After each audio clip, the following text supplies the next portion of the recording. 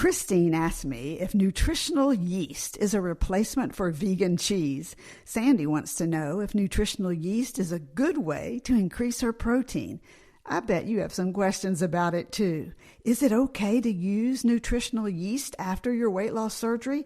And what medical issues might not be a good mix with this yeast? Stay right where you are. Gail, Isabel, and I have the answers about nutritional yeast, also known as Nooch. Looking for an easy-to-swallow multivitamin that also smells good instead of vitamin-y? Check out the once-a-day easy-to-swallow tablet from ProCare Health with new scent certs. The orange scent inside the bottle makes supplements not only smell better, but taste better too. It's a whole new way to experience your once daily vitamin. Visit procarenow.com and use code Susan10 to save 10%. Hi, I'm registered dietitian nutritionist Dr. Susan Mitchell, ex-radio dietitian turned podcaster. You're listening to the Bariatric Surgery Success podcast, episode number 160.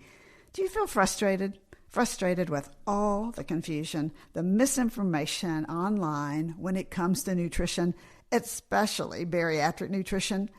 Eat this food. No, don't eat that food. Maybe try the keto diet or just reset your pouch. It's enough to make you throw your hands up, right? And say, I don't know what to do. I give up. Well, I do. I know what to do. It matters where you get your nutrition information. When it comes to your bariatric surgery, nutrition is specific. So let's cut through the nonsense. Let's get the accurate nutrition information you want right now. Simple, actionable, step-by-step strategies that work. I want you to feel well every day. Get out there, do the things you want to do. I created the Bariatric Surgery Success podcast for you. You're in the right place, and I'm really happy that you're listening. If you love the podcast, would you please write a review on Apple Podcasts for me? I would appreciate it so much. I want to give a shout out today to Phase Girl, who gave the Bariatric Surgery Success podcast a 5-star review on Apple Podcasts. She said, "This podcast was just what I needed to hear. It was confirmation for the things I've been mulling over in my heart and mind, and I'm inspired and will immerse myself in the bariatric lifestyle. I'm not going to let this tool go to waste. I'm willing and I'm ready. 2024, here I come."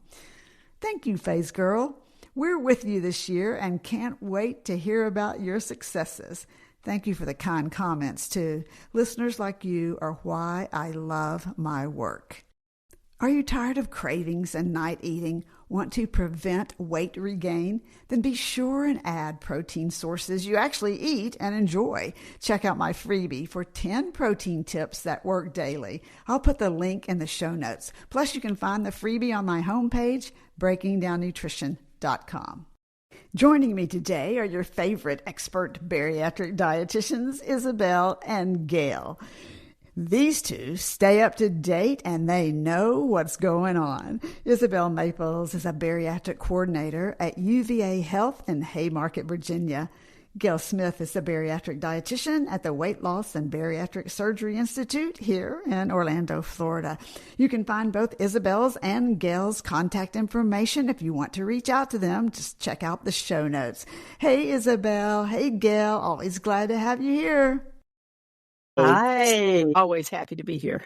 Well, Same here.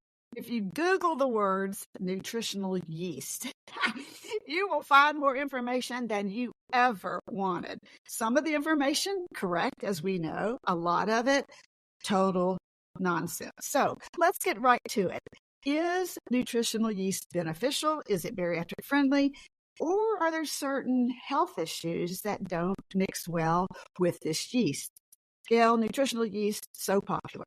Start us out with what nutritional yeast is all about. Well, nutritional yeast is a kind of cheesy tasting cousin to brewer's yeast and baker's yeast. It's the same strain of yeast used in brewing beer and baking bread called Saccharomyces cerevisiae. Can you spell that for us? I know. It's a mouthful. Yeah, it's a mouthful. Oh, for sure. And it's deactivated in the final product. This means that the actual yeast has to be first dried and heated to kill it, to be safe for both us humans and animal nutrition in accordance to our guidelines with the current food and nutrition safety directives, right? Right. So it's fortified and unfortified nutritional yeast products differ in a number of ways through their manufacturing process. So the amount and type of vitamins, minerals, and other nutrients that can be added is different.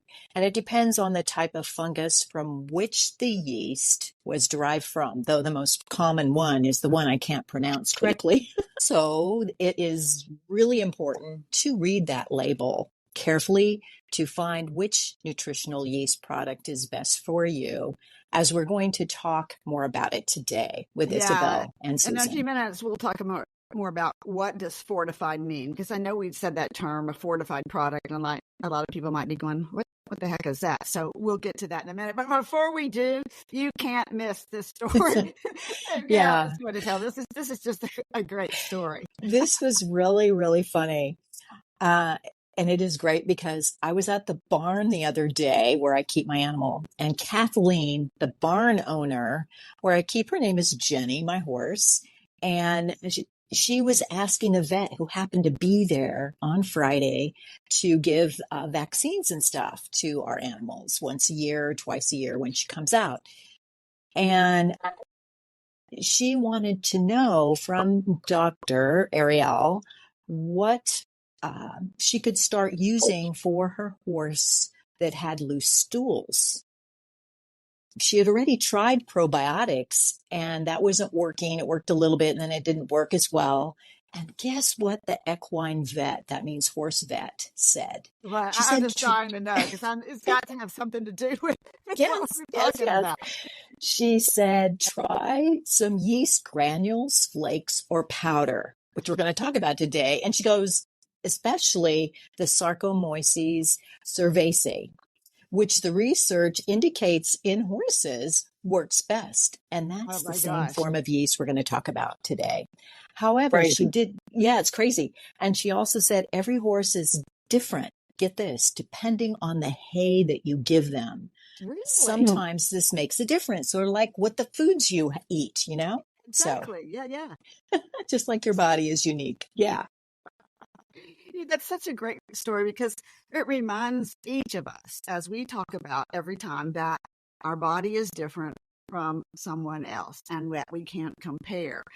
And as you heard me call nutritional yeast at the start, a common name to it is nooch. So if you hear people talking about, hey, have you tried nooch? They're talking about nutritional yeast. And it's very common to use that. It's cultivated, fortified, which we'll talk about, harvested, washed, and dried under monitored conditions. Has to be to meet the guidelines, as Gail was saying. But it is a natural product because it can be seen on the layers of the skin of dark fruit, for example, like a plum. Well, nutritional yeast will offer both flavor and nutrition, especially important for somebody who's like skipping certain foods because of special diets or food sensitivity or maybe personal choice. It doesn't have any sugar in it. It doesn't contain soy or gluten, which are both potentially allergens or sensitivities. If you're on a low cholesterol diet or if you're on a vegan diet, nutritional yeast can add that real cheesy, buttery flavor that Gail was talking about. Most people love that flavor, and it can offer that. Plus, it can offer protein, vitamins, and minerals. Yeah, I think many people are probably going, okay, wait a minute, nutritional yeast. Okay, I hear you saying what it tastes like, but what does it taste like? Well, many people love the taste. As Isabel mentioned, they'll say that it has a buttery taste or a cheesy taste, especially like a Parmesan cheese.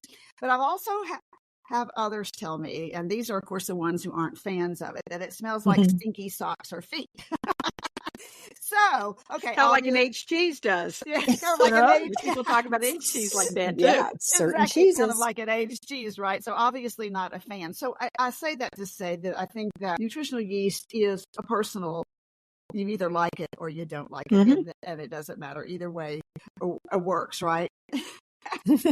Yeah, yeah. It is definitely popular in vegan cooking, right? Due to that Parmesan cheesy kind of like flavor. But I would describe the overall taste more as savory or umami.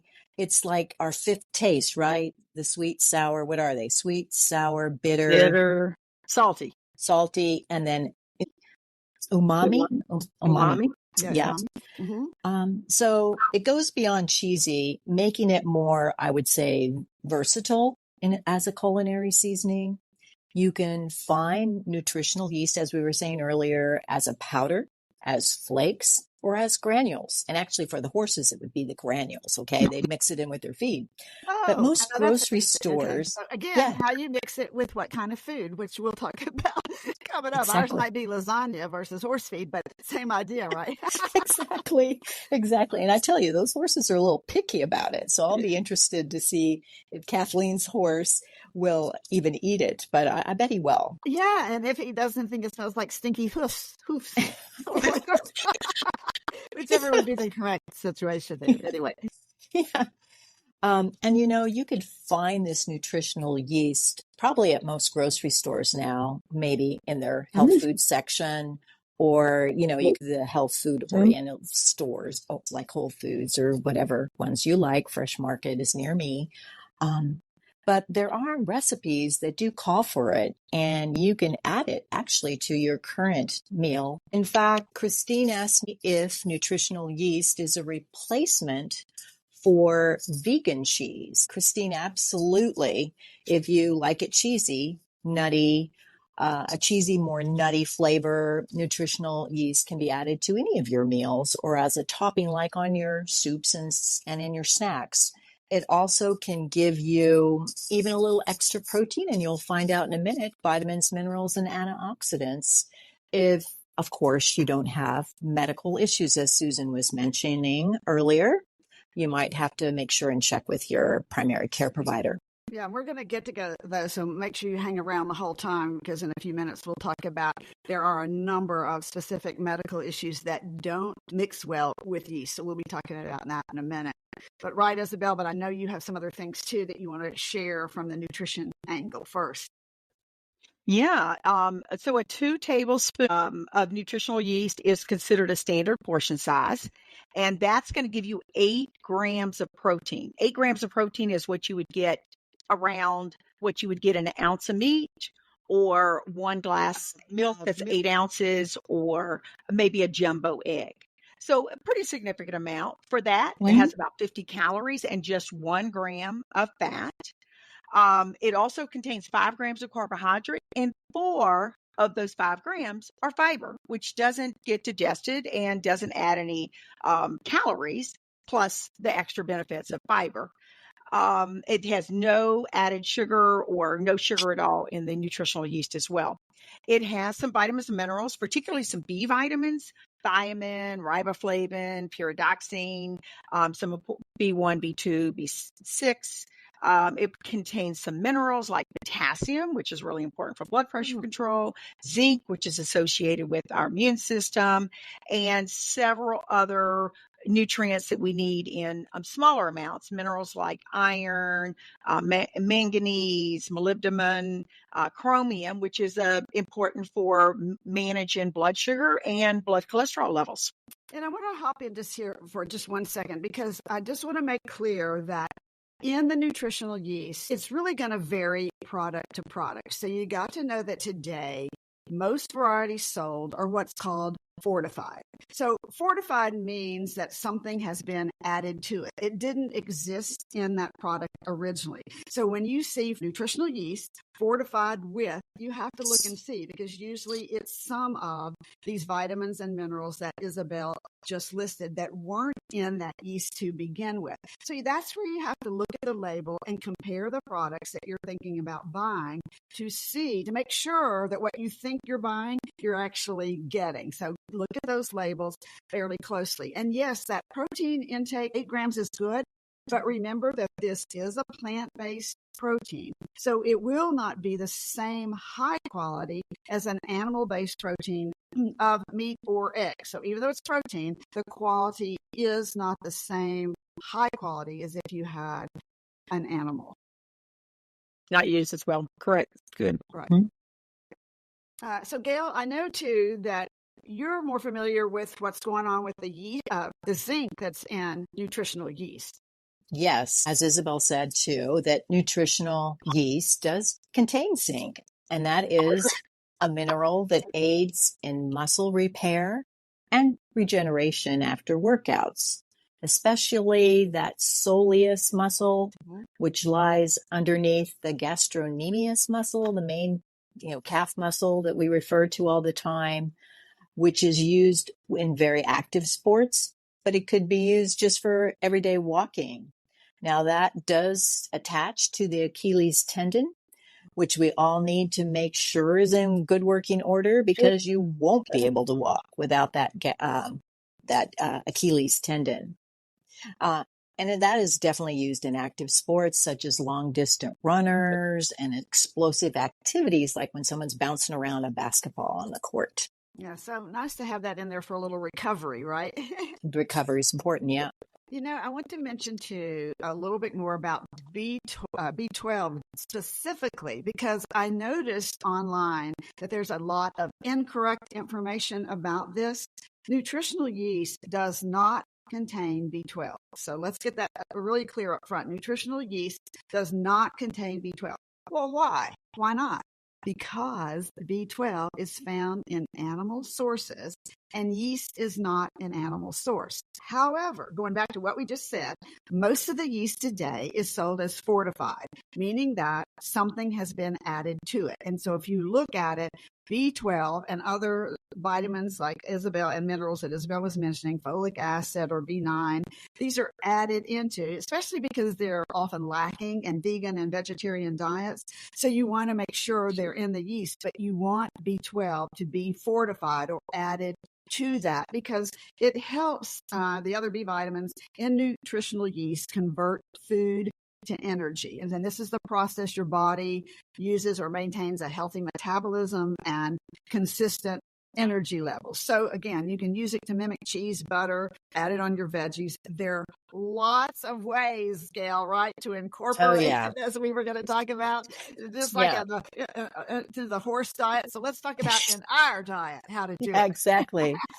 And from a young age, I love Parmesan cheese added to everything. As in a Swiss Italian background that I have, we used to always put it in our vegetable soups or on our anything, your lasagna, your pastas, your pizzas, all of that.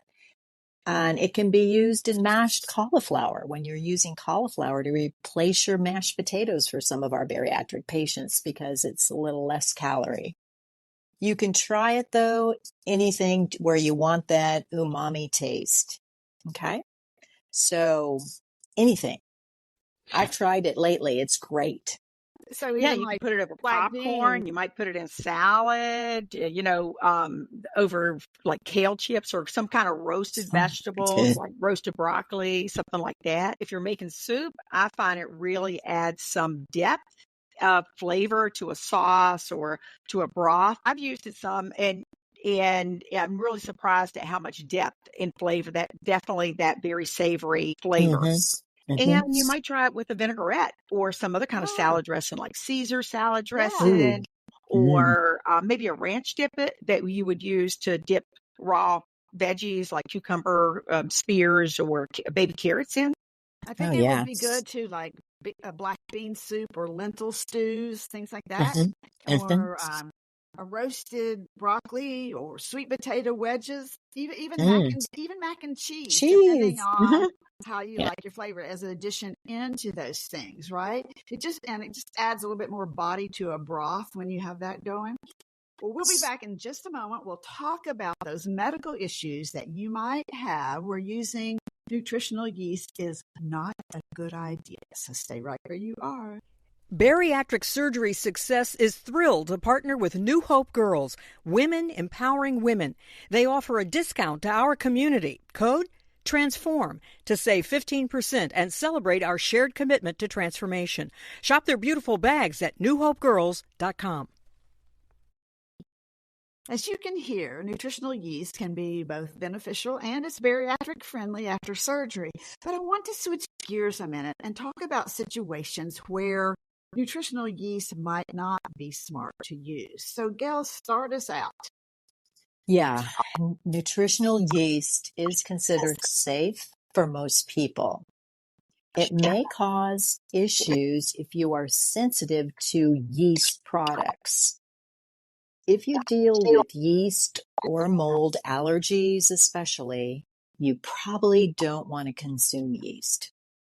Nutritional yeast could worsen symptoms, especially in something like Crohn's disease or celiac disease. So again, very important to have those discussions with your healthcare provider. And I would definitely recommend doing that before you try it. Yeah, This can also, do you think if you have a bariatric dietitian on your team, which we always hope that you do, I think this is a very smart point to make when they're teaching you about what you should be eating and things after your surgery, to say, listen, I have Crohn's, or I have celiac, or I have an allergy to mold, some kind of molds. I think those things are critical in your success, to know that, to let him or her know that. yeah, and I have had patients with Crohn's disease and celiac disease. I'm sure you have too, Isabel. Mm-hmm. Yeah. And so it would be recommended, if you did try it after talking to your practitioner, to try just a few teaspoons or a teaspoon and then monitor it, and you can gradually increase it to a tablespoon.